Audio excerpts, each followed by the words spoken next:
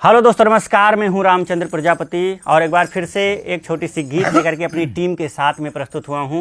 ढोलक पर हमारे बड़े ही मशहूर ढोलक वादक संतराम साईं जी और हमारे बड़े भाई राजकुमार मस्ताना जी, और झींका पर हैं बब्बू जी। तो एक दीपावली की गीत लेकर के प्रस्तुत हुआ हूं। प्रसंग ये है कि एक नायिका है जिसका पति बाहर विदेश में रहता है। वो करवा चौथ के उपलक्ष्य पर घर पे आया है और तुरंत जाने की जिद कर रहा है। पत्नी निहोरा करती है कि कम से कम दीपावली तक तो रुक जाओ। कैसे? आइए इस गीत के माध्यम से। बहुत ही पुरानी धुन है और बहुत ही प्यारा गीत है, एक बार जरूर सुनिएगा। अरे कहिया जइबा बलम बताए जाया, दीपावली मनाए जाया ना। कहिया जइबा बलम बताए जाया, दीपावली मनाए जाया ना।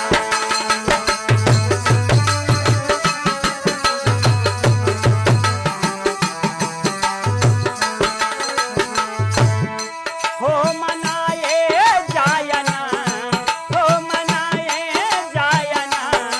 कहिया जइबा बलम बताए जाया, दीपावली मनाए जाया ना।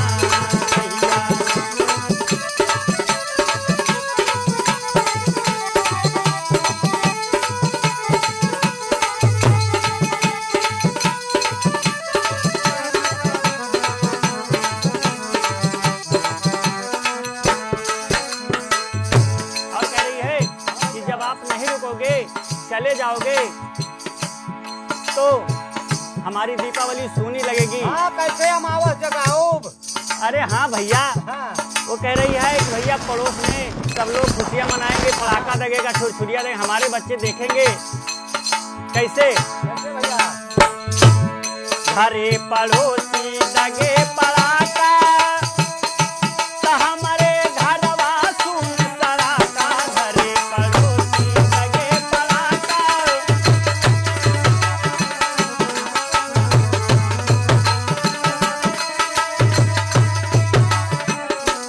घरे पड़ोसी लगे पड़ाका, हमारे घरवा सुन सड़ाका।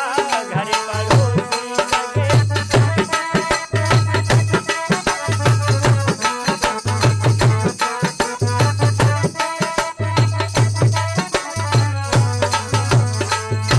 अब की साथे हमारे सुरसुरिया जलाए जाया, दीपावली मनाए जाया ना। अब की साथे हमारे सुरसुरिया जलाए जाया, दीपावली मनाए जाया ना।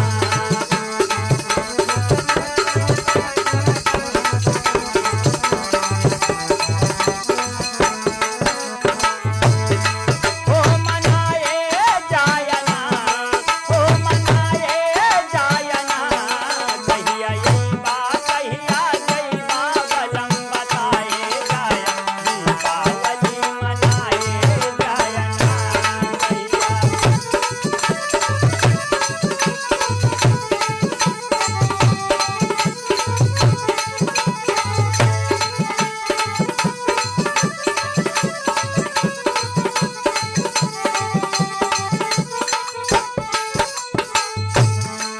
और अंत में क्या कहती है वो नायिका?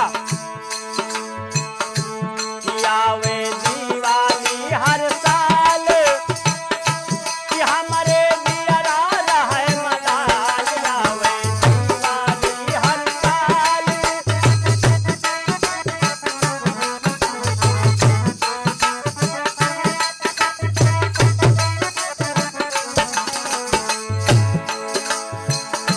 कि आवे दीवाली हर साल, कि हमारे दियरा रहे मलाल। आवे दीवाली हर साल,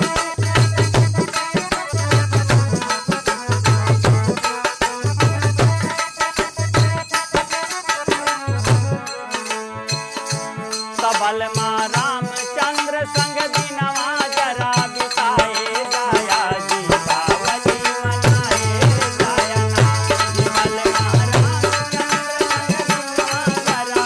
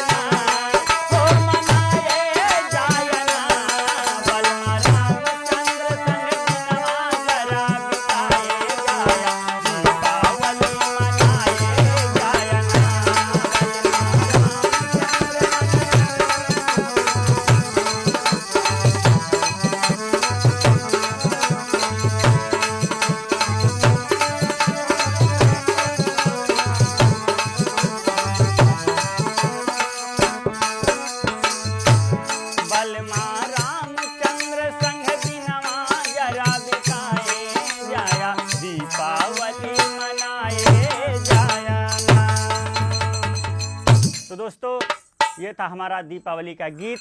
आपको कैसा लगा कृपया कमेंट बॉक्स के माध्यम से हमें ज़रूर बताइएगा। मिलते हैं किसी दूसरे वीडियो में। चलते चलते आप सबको दीपावली की ढेर सारी शुभकामनाएं। जय हिंद, जय भारत।